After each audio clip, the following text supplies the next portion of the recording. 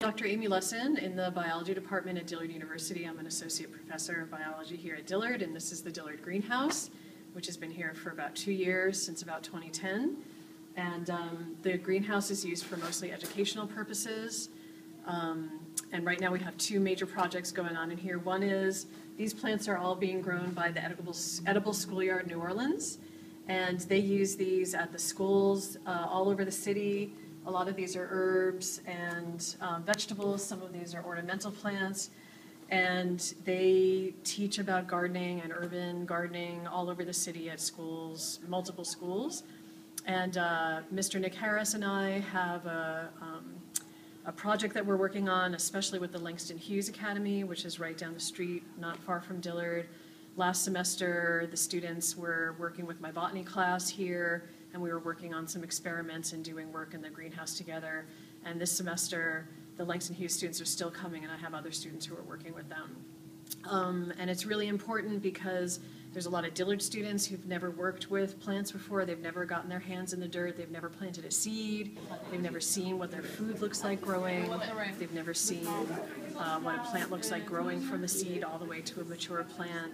And there's a lot of different things that we can do here in the greenhouse. I'm doing an experiment down here with 2 of my classes where we're adding things to the soil to see if it'll affect the plants. We have another experiment with my ecology class where we're growing a lot of different plants together in the same pot to see if that'll affect the way they grow. So students can really get a lot of hands-on experience here and really learn a lot about biology and about in the environment. And we can also teach them, with our partnership with the Edible Schoolyard, about urban gardening, which is really important in New Orleans because there are a lot of food deserts in New Orleans, and working with the young kids from Langston Hughes and with Dillard students is a good way to raise awareness and educate the folks in New Orleans about food and eating more healthful food, eating vegetables, what it's like to grow your own vegetables, and how you can take that into your own hands by doing your own gardening right here in the city. Food deserts are identified by the Department of Health as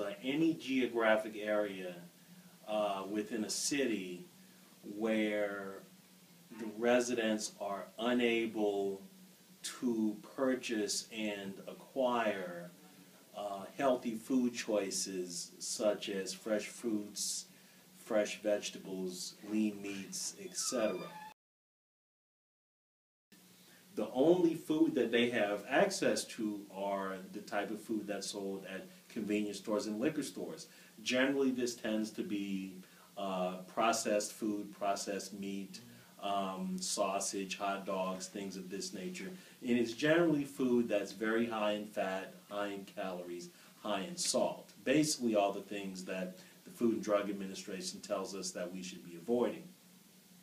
And so and also keep in mind, low-income areas generally, people don't have access to transportation. People don't have access to vehicles. Normally, the public transportation routes are not as well developed in the low-income areas. So consequently, people have, it's not like people can just, hop on the subway and go to the supermarket. Normally, the closest supermarket where there's fresh fruits and vegetables is very difficult to get to. So as a result of that, these people don't have any other options. They're looking for food except to go to the liquor store or to the convenience store. So their only real food options available to them on a daily basis are going to be the processed foods, which are high in salt, high in fat, high in calories. So that's what they eat because that's the only options that they have. Community gardens are important for several reasons. The first reason why community gardens are important is because it allows the community the opportunity to take control of its own food sources. So once a community and you don't have to be, you can be a low-income community, you can be a middle-income community. It doesn't matter what the income level of the community is. Everybody can have a community food garden if they're provided with the resources to set it up and they're willing to put in the labor to take care of it.